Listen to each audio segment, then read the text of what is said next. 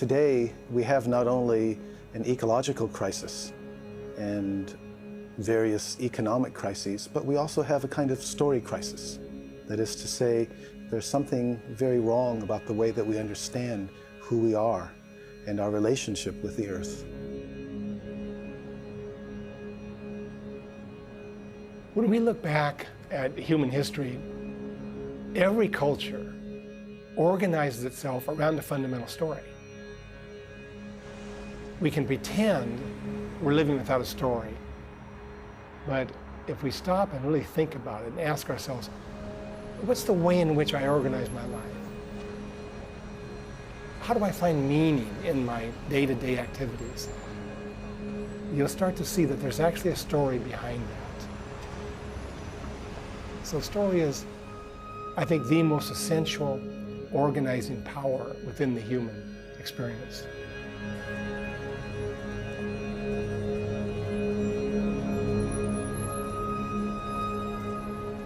Ever since we grew these big brains, we've been asking ourselves this fundamental question. Where did we come from? What are we doing here? What is life in this universe all about? And we've come up with some pretty fantastic stories to answer those big questions. Heavens and hells and gods and demons. And humans became so arrogant, we believed the entire universe was made just for us, for the education and liberation of our individual souls. That somehow we weren't connected. We were specially created and were separate from all the rest. Those are totally dysfunctional stories right now.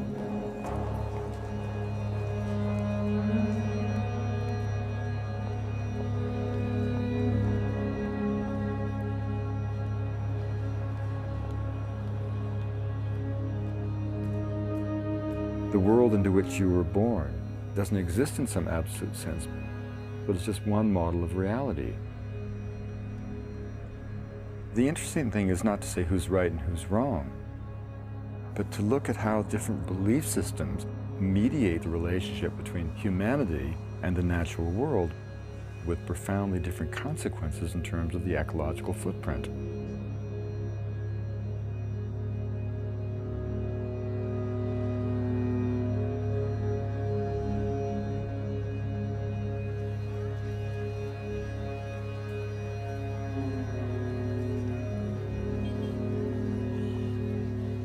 Every other culture in the history of the planet has told stories that they were embedded in nature, that they were connected to nature, that nature was their mother, was their father, was the source of their existence. We've told stories that were separate from nature, that were superior to nature, that we walk around on top of nature. When we look at our politics, when we look at our economics, we see that they're based on this separation between humans and the earth. And I think that sense of alienation has led us to desecrate the earth.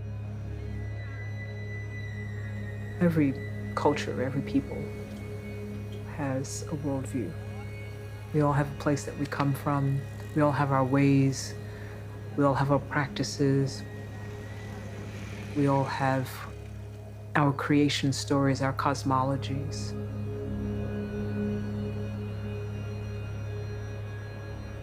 The worldview that we currently exist in as the dominant paradigm places human beings above all else. It views the rest of the planet, views all other beings as resources that are to be acquired, resources that are to be used.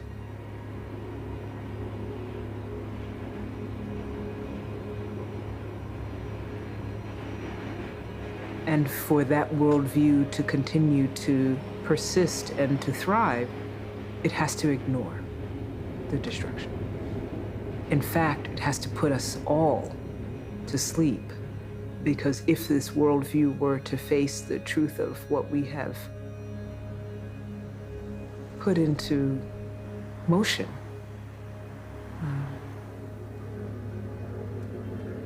it would collapse on itself.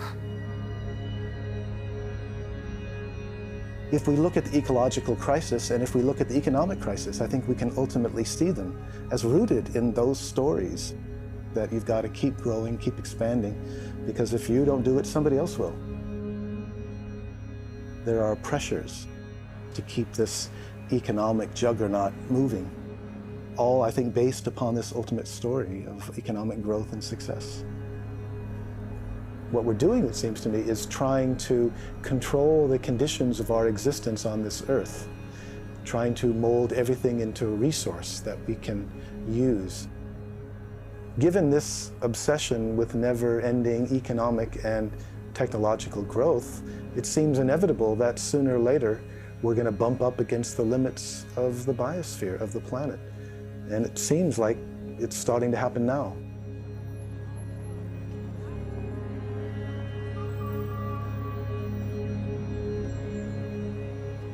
There has to be a part of us that knows the earth is in pain. That what brought us forth is in some sense dying. And our mainstream narrative, it's to allow us to feel numb, to cut us off from that inherent intuitive sense that something is really wrong in how we're relating to this only home of ours.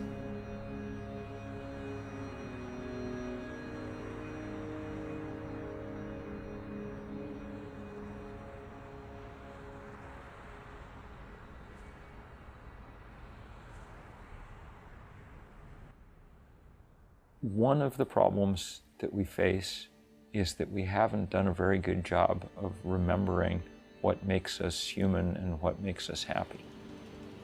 The average American is significantly less happy on surveys than they were 50 or 60 years ago, even though our standard of living has theoretically trebled over that time.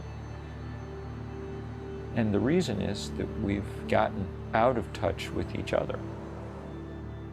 Americans spent the last 50 years embarked on the project of building bigger houses farther apart from each other. That has had not only huge environmental consequences, you have to heat and cool and drive between these places. It's also had deep social consequences. You run into people a lot less. The average American has half as many close friends as they would have 50 years ago. That's a very big change for a socially evolved primate.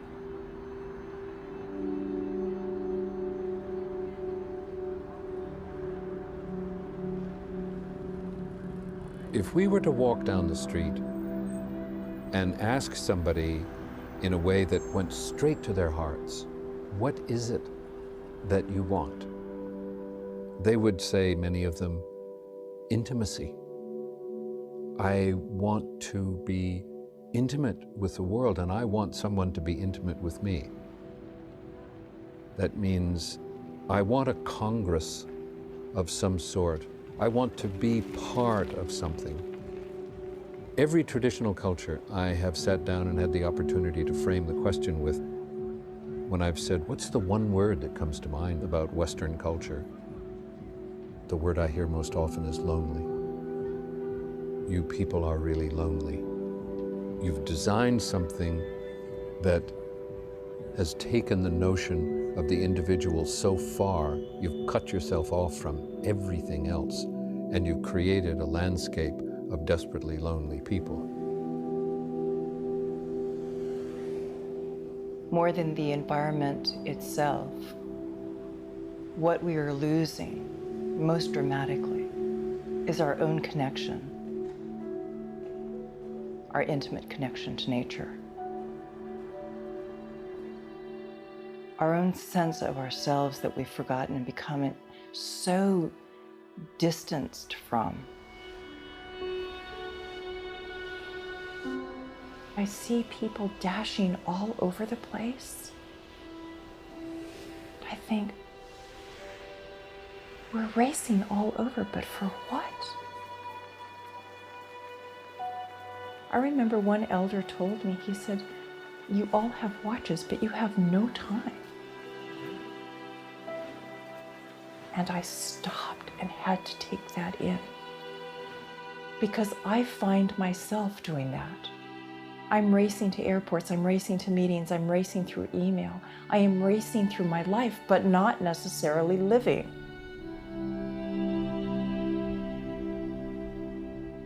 The greatest wound of modernity is the idea that we are other than life, or that nature is other than us. And we're brought up thinking that we're in classrooms cut off from nature, looking outside the window at it and studying it in textbooks. Our upbringing in our houses, in the way we dress, in the way we lived, in the way we cut ourselves off, was as if nature was out there, a threat, not very friendly. That wound, that deep, deep wound is such a loss,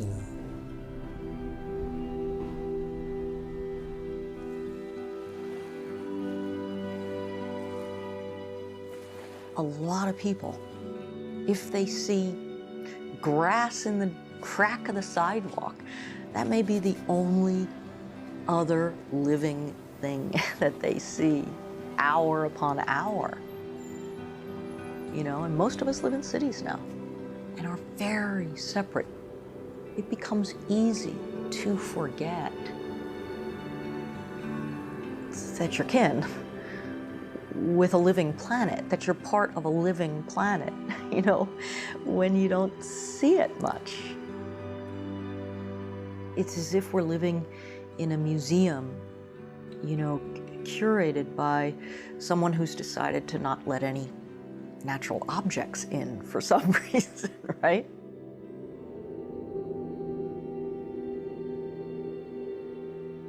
It doesn't take much to go back into the natural world and go, oh, now I remember. And I work with people all day long and I bring them outside. I watch them eventually get back in touch with their evolutionary kin. They're back in a natural setting. It's like putting water in a dry plant.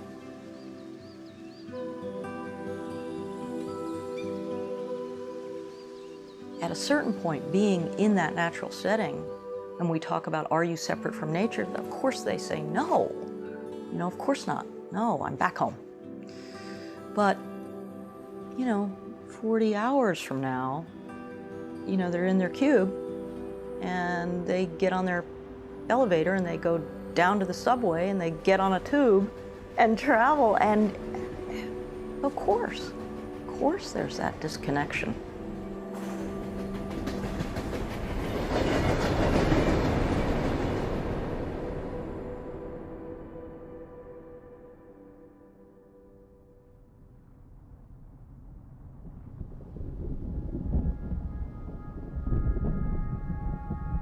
For either a human being or a social system to change, the old system has to stop working. Life as usual has to stop working. Normal has to become unsustainable.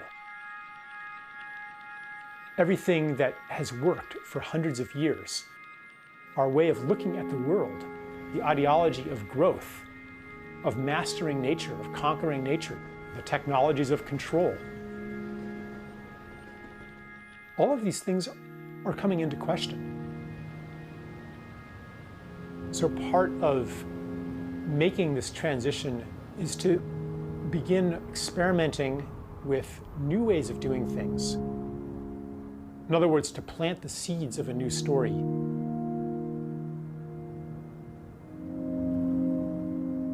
The kind of intelligence we need is not data, but narrative.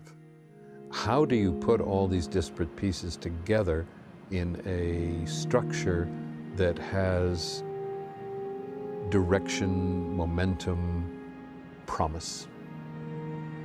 So the question for me is not just, do we need a new story, but do we need a new way of telling a story?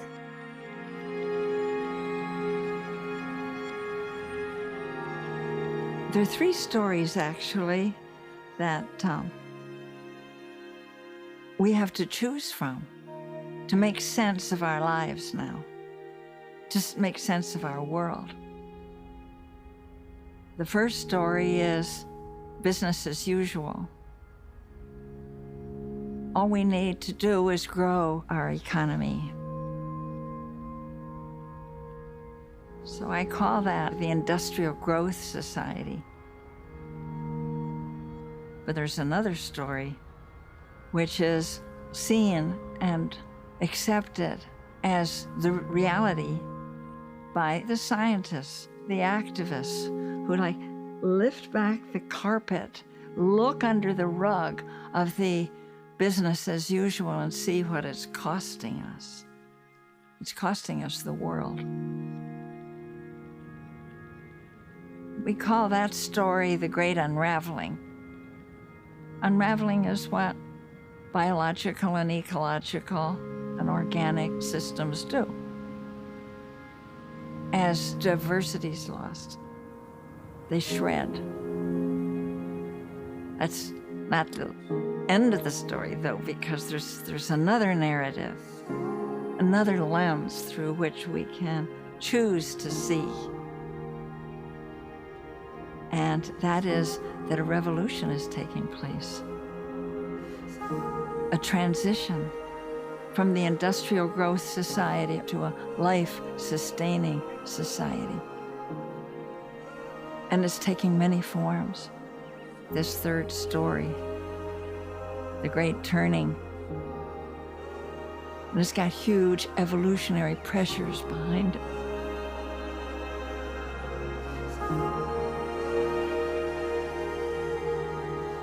Any species, any life system which develops technology is going to go through a similar crisis to us. Because as soon as you start developing technology, you're going to fall into this phase of evolution where you start changing the world. And the awareness has got to catch up with that. You've got to then gain the wisdom, the understanding, the true intelligence to know how to manage that technology without destroying your habitat. So I see this phase that we're in right now, which has come to a head in our generation, is probably inevitable on any planetary system which develops an intelligent, tool-using species. And if it doesn't destroy itself, any species which has come through this phase has got to let go of this sort of egocentric, materialistic consciousness.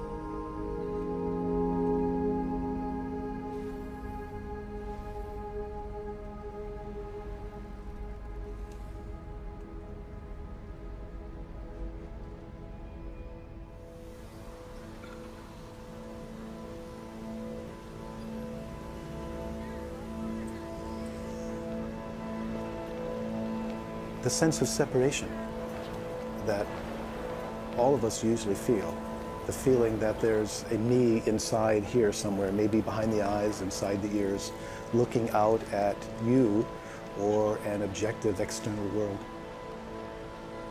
This sense of separation is not real, it's a delusion, or in more contemporary terms, it's a psychological and social construct.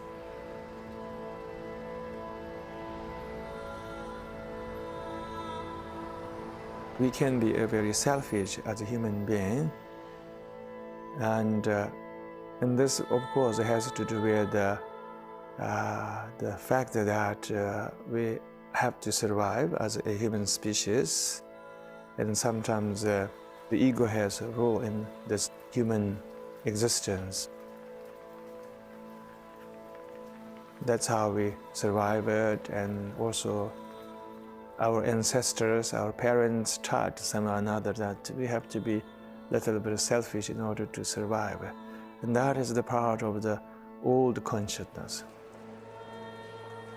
The sense of a separate self is not only a delusion, but it's a delusion that causes suffering, anxiety.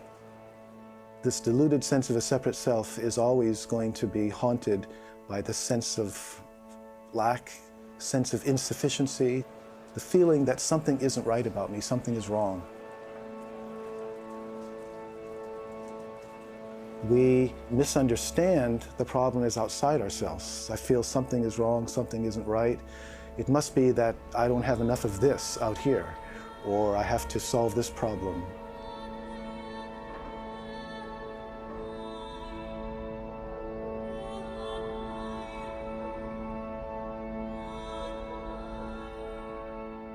The whole drive of Western society with commodification and consumerism is buy this, get this, own this, and that sense of lack, that sense that you have that something is missing, will disappear. And of course, we know from our own experience, it don't work like that. There will always be something incomplete, and it's bottomless. Once you engage in that project, it's like you're digging in one hole and tossing the dirt in another. And you'll be doing that forever.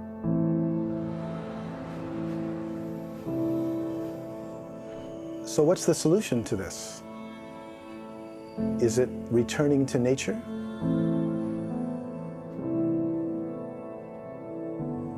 Well, we can't return to nature because if we really understand it, we've never left it.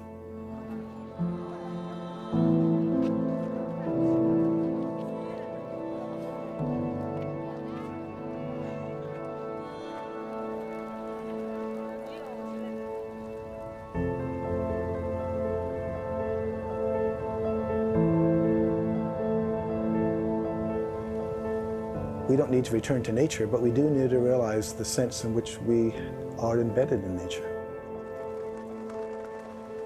It's a kind of delusion or optical delusion where we feel like we're the center of the universe. And that's not the case at all.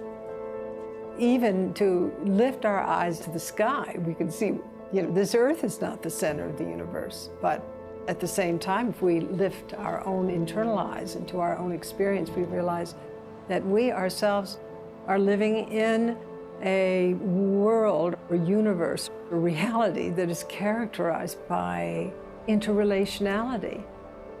We begin to see that, in fact, what I thought was myself was not myself at all.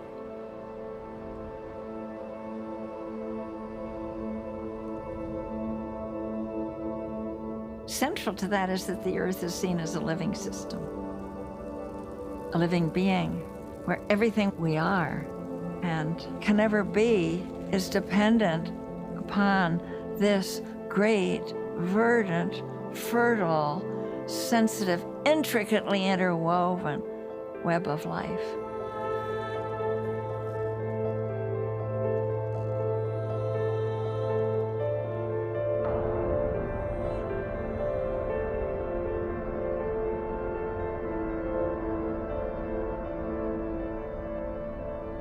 So now we're starting to look through deep time at how this universe was created. I mean, fantastic tools and analysis that we've come up with has shown us a whole different picture of who we are. First of all, that we are intertwined with all and everything. We now know that we are related to all the life that's ever lived. The story of evolution is everybody's autobiography. Approximately 13.7 billion years ago, the universe exploded into existence in a tremendous burst of pure energy. We come from that original flaring forth of the universe. We come from that origin moment, and we are connected to this seamless unfolding process that has taken place over these 13 billion years. From the original fireball to the galaxies, to the stars, to the planets, to Earth, to oceans, life, consciousness, and humanity. So we are part of an unfolding evolutionary process that includes all beings and is 100 billion galaxies wide.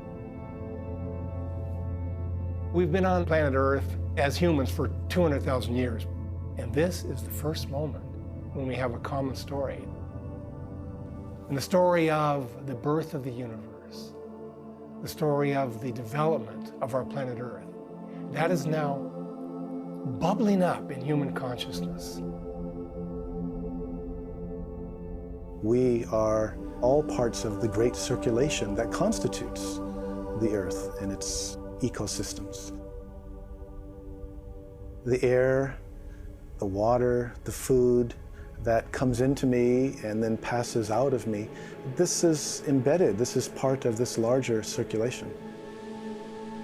We know on the most basic level that the air that we breathe, the oxygen in that air, we're dependent upon the plants for that. And likewise, the plant world is dependent upon the carbon dioxide that we breathe out. One of the ways to understand life is to just look at ourselves, our own body. It is estimated that our body consists of only 10% human cells. The other 90% are other types of organisms, bacteria primarily and virus. So right away, we have to understand that we are not a human being, we're a human community. Without those cells, those so-called non-human cells, we would not be alive. We would perish right away. Our body itself contains this extraordinary message, if you will, of how interdependent we are on the lives of other organisms. 간당 아주 상로 진 조미네르 다는 시스템제 상물로 찍을 찍게 젠데데 비치당 아주 조미 그런 초야 변 초에 세당 어느 거야당 타는 우기 요 주제이냐 어느 치응을 시안에 떼봐 마도 녜섬리아 어느 지 가수에 남균에 planet 센터도 친여의 지된 난주 심전디 living system 로 찍이 말없지 마더베 베 수부르지 마소네 에너지 가수에 야라 젠럽지 속바 찍이 말없지 안드리 인두스탄에 아니 아주 드리 인두스탄은 아주 상으로 집에는 로미를 차시 소소를 차시 있는디 채소기 에는 말라스는 자도 야라 젠티 차시를 찍이 내버리지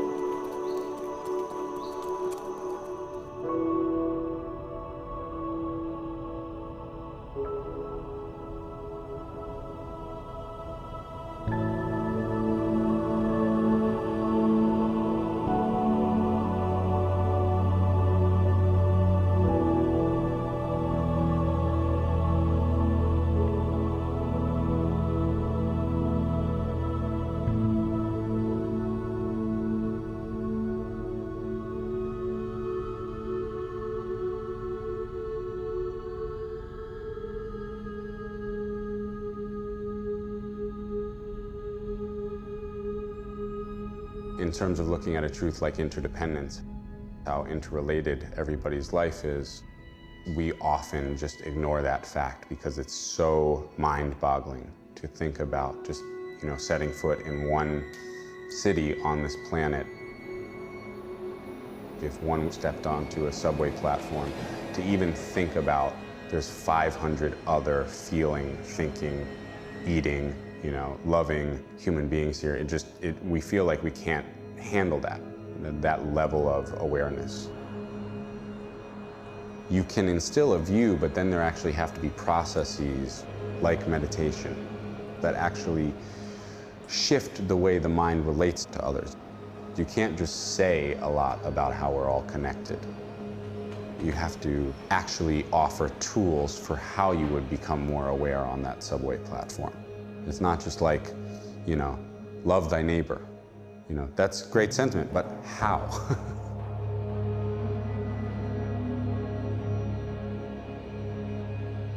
Many of us have explored the way that we can heal this sense of alienation or separation.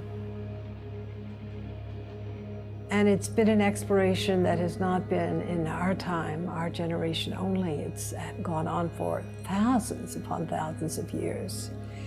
And it's expressed in traditions of indigenous cultures. It's expressed in a world of global religions. And it is really coming to actualize or into the deep insight that there is no inherent separate self, that we are coterminous with everything. We're not separate. And it's not just a mystical perspective. I mean, it's a completely pragmatic view that science has been validating for decades. But of course, the great religious meisters of the past have seen and have tried to open the human heart to the awe of existence.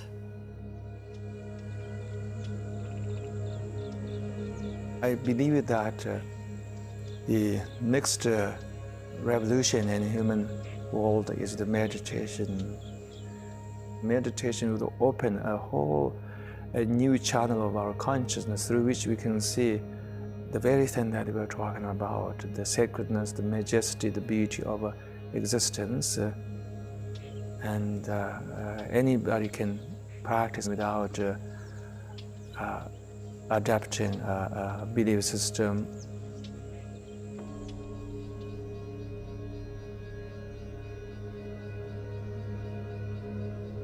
Mindfulness is important because it helps you get in touch with what's going on with yourself and with your thoughts, and even with your actions and the actions of others and how their energy interacts. You start to become more present and your mind isn't all over the place. Your mind is right where you are. And I think you're better able to pick up on other people's problems, and you become more empathetic, you become more compassionate, you become more loving.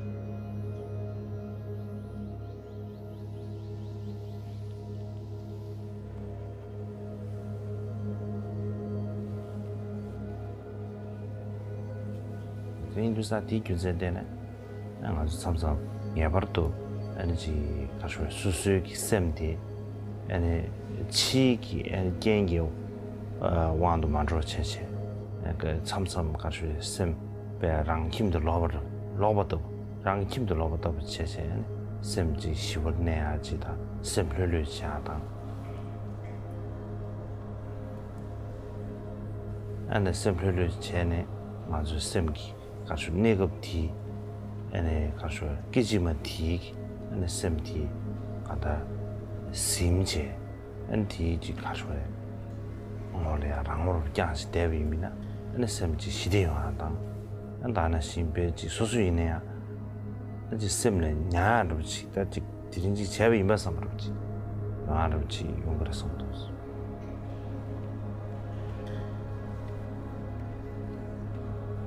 I sometimes refer to mindfulness as the opposable thumb of consciousness, able to reach out and take hold of reality in a totally different way. Mindfulness is going to change our sense of identity and our ability to move out of our individual story and into community and into a healthier mental life. This question of identity is central to how we feel about ourselves and how we treat each other and how we treat the environment. Who we think we are in the scheme of things really influences that. The more we start to bring our attention into our bodies, into our breathing, the more we begin to feel connected to the rest of the breathing life of this planet. And we start to lose that sense of, I am my individual story. We begin to expand our sense of identity. The spiritual path is not to eradicate your personality, but to just expand the context in which it lives and gain wider identities.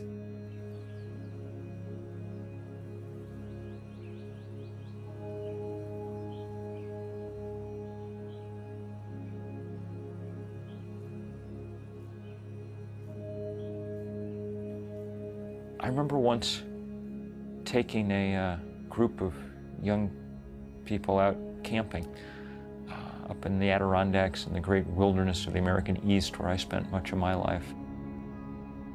We were out on an island, and it was a dark night, a new moon, and so the stars were in their great wild abundance. And we were sort of looking up at them and talking, and it became clear that 5 or 6 of these 10 kids, no one had ever shown them the Milky Way before. And, you know, they had the appropriate reaction when, I mean, so it's like, whoa, dude. And really, that must have been almost the moment at which humans became humans, when some ape looked up at the sky and said, whoa, dude. It's the experience of feeling a small part of something very big and mysterious and orderly and cool and buzzing and beautiful and harmonious. And that kind of feeling small is a really useful thing to do. It's the opposite of the message that we get sent by all those screens all day long. That we're very big and very important, and the most important thing that there possibly could be.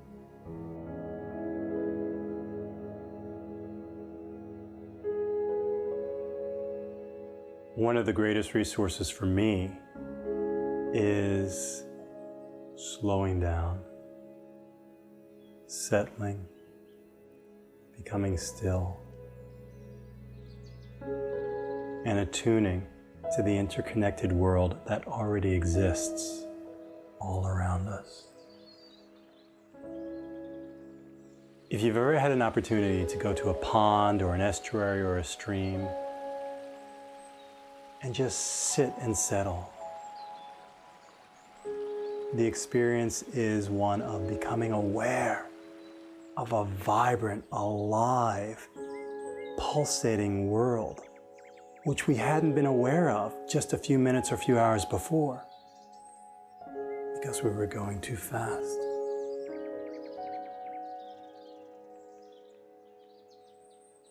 When you sit, separated from all of the noise, all of the messaging, all of that chaos, but just go to a quiet place and settle down, we remember again that what we've been really seeking is this. This map, this compass, this internal compass is the one that matters. This is the way we find our way. This is the way we navigate these times.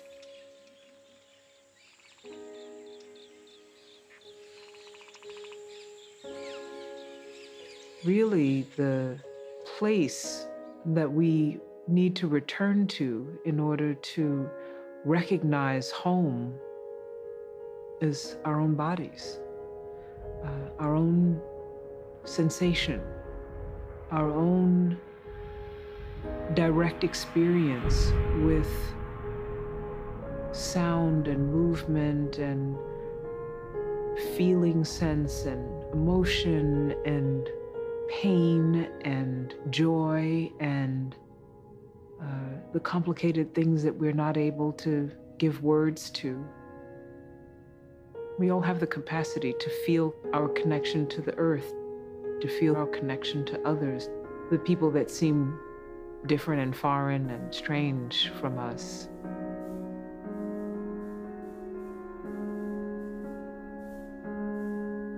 We're of this earth. We're not on the earth.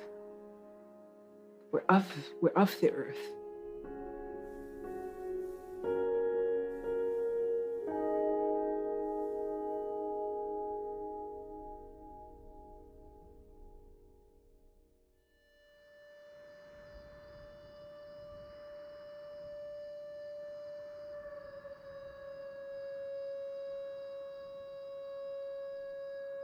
Part of what I think is needed for this emerging planetary movement is to turn to and honor those people who for thousands and thousands of years have lived this path of radical, deep interconnectedness.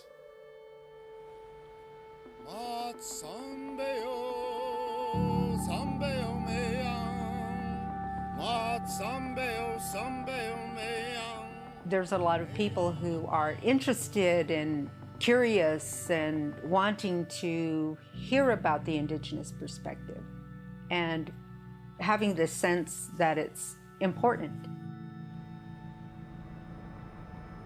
To me, it's sort of like an awakening. It's an awareness that people have to feel a sense of an identity. It causes one to reflect on who they are and what are my roots, what are my connections.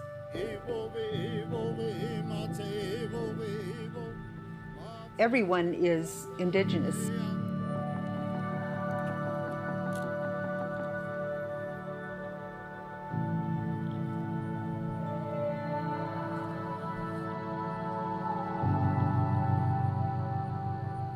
That's deep within all of us.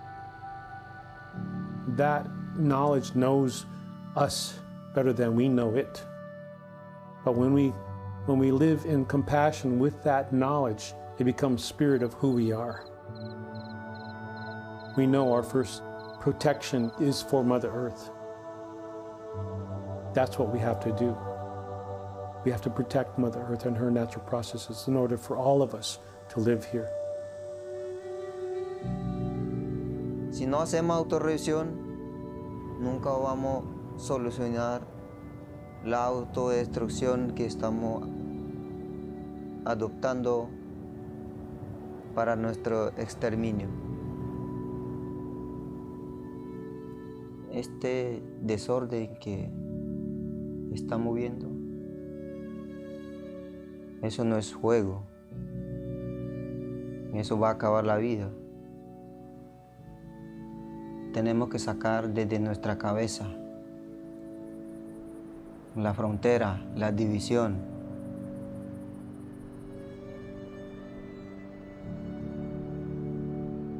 Y seamos dignos ante todas las razas. Todos tenemos que ser igual. Most people think, well, we are individual. But the truth is that even when you are sitting in your room by yourself, you are not alone. You, as an element of this family, you are an integral part of a system that is functioning. We belong, whether we want to belong or not. We belong to the earth. You are still connected. The earth has not forsaken you.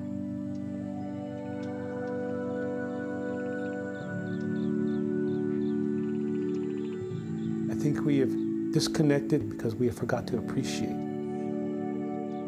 Appreciation takes us beyond Mother Earth. It takes us beyond the stars and knows that every little speck of matter, every living, breathing being matters.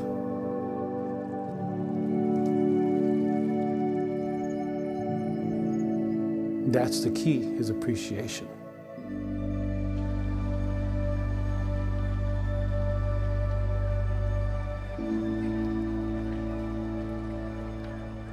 We have a connection not only in this world on Mother Earth, but we also have a connection all the way to the universe. All my life, that's what I've been told. Be conscious about our actions and the things that we're doing. And so you're always looking to see what you're doing and its effect on your children and your grandchildren and your great-grandchildren and the future generations, the ones that are yet to come, the ones that we won't see. That's why I'm here today, is because my ancestors, they did that. They thought about me.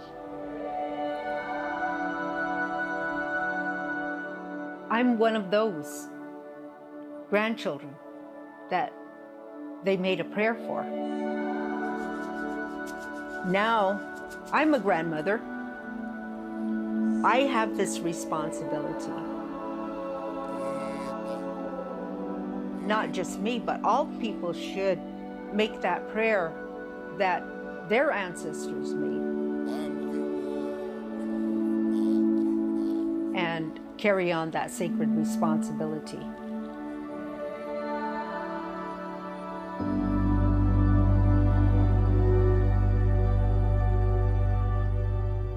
The sense of sacredness is really very much heart of all spiritual traditions, and at the same time it's non-conceptual. We really can't learn this notion of sacredness.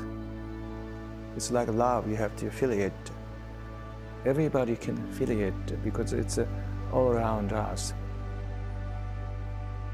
If we can feel that more and more in our society, perhaps we begin to realize that and there is a benevolence, there is a beauty pervading everywhere, all things, all living beings, as well as also all existence.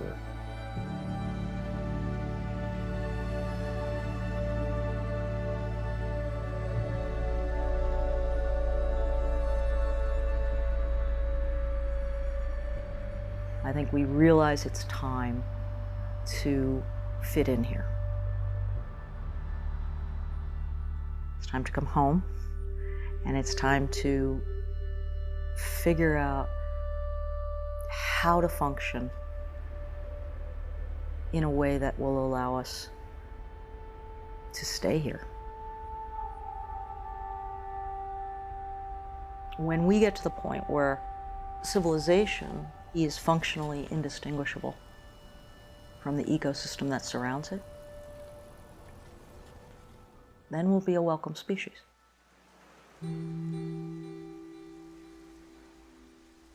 Well, the good news and the bad news is that we know nothing absolutely for certain. You know? We've put the planet into violent flux. We've taken ourselves out of the Holocene, this 10,000-year period of benign stability that underwrote the rise of human civilization. Now we're into someplace else. And in that someplace else, all bets are off, you know. What the world looks like is going to depend on what we do in the next few years. Everything's up for grabs now.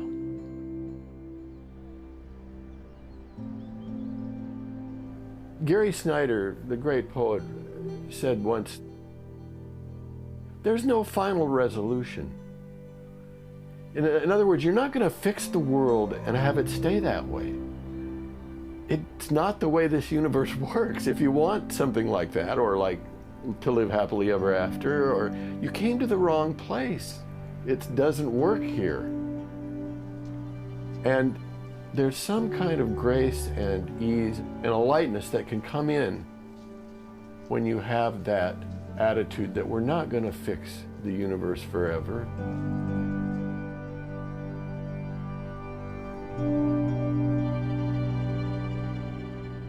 Our work is not for us. It's for people we don't know.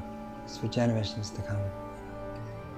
And there is a kind of grace in that.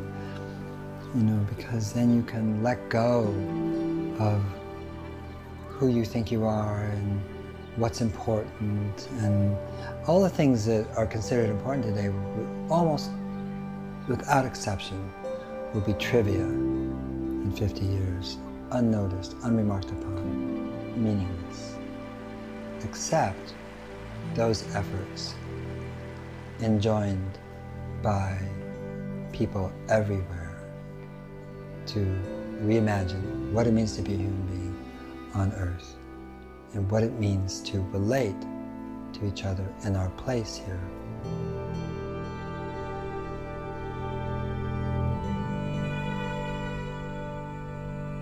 Each one of us as individuals and as a global community, we have to live with a vision of interconnectedness.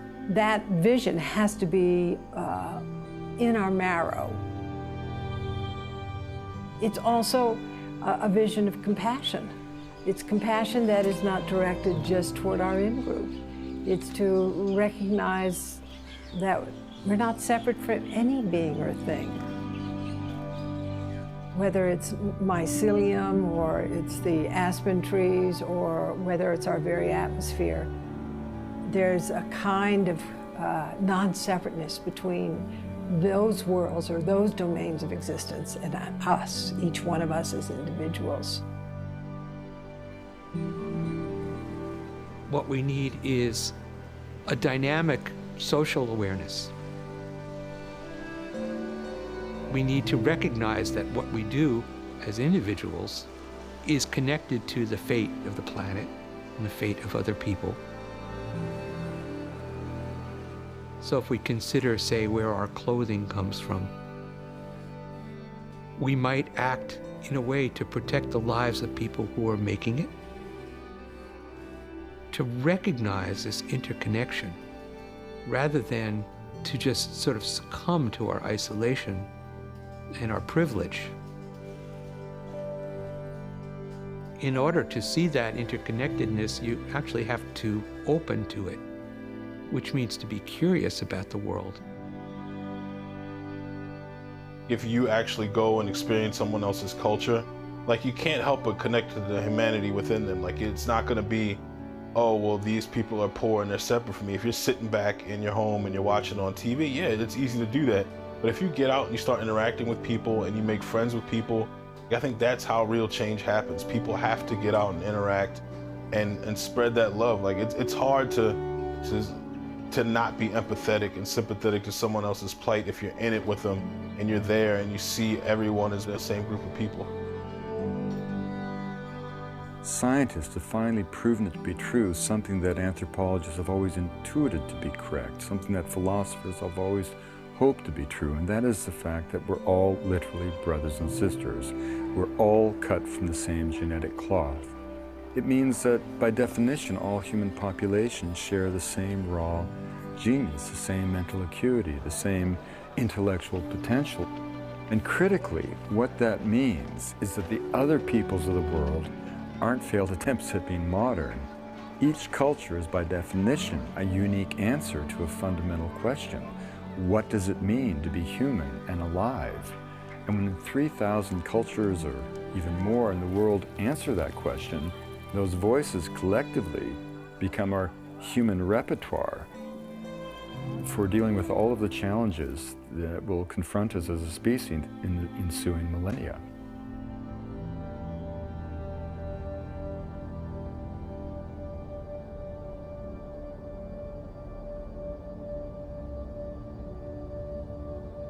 We are Earth beings. We are Earth kind. We have been gifted with this extraordinarily magnificent planet. That gift takes a lifetime to understand. And even then, we're in the face of mystery. I think the urgency of our moment calls us to be in awe of this beautiful blue-green planet. There's nothing like it that we know of. When you're looking at the world from a great height, you don't see those lines on the map that we all learn when we're children. And you see the world that's spinning. So if you stay in one point relative, you will see the entire world pass beneath you. This is our field of practice, to me. The whole world. Everything is giving, and it's giving without borders. It's giving without separation of my tribe, your tribe. There's no chosen people. We're all chosen. And once you look at the spinning planet, you realize it's all holy.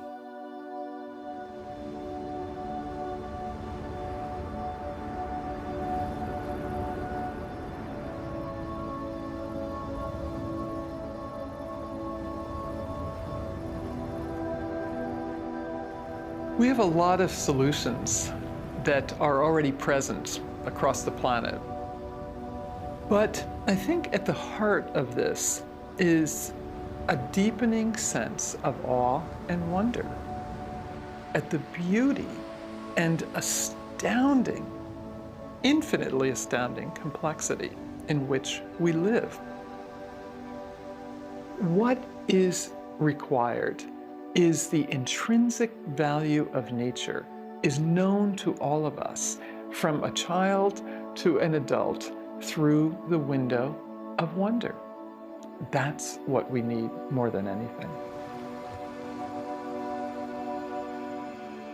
I think that that state of awe is highly instructive, and it remains unexamined for us in modern culture because we dismiss it as a childlike response to the world. It's not. It's the doorway to a kind of peace and an opening through which I hope an undreamed of politics, an undreamed of level of cooperation, an undreamed of level of reconciliation is possible.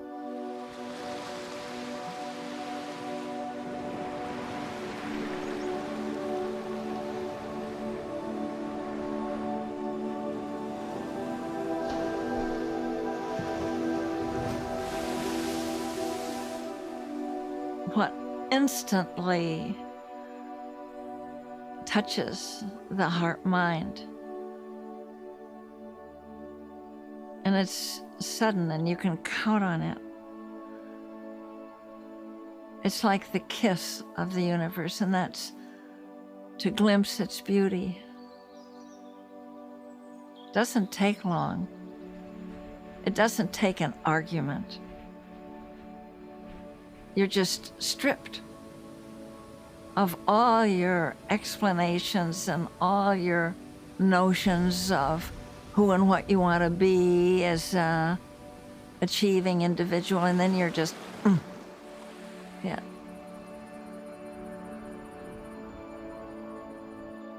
And you're struck with such a gladness at that beauty and the originality of it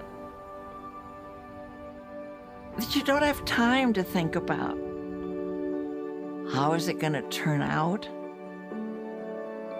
All you know is you'll serve it to the last breath.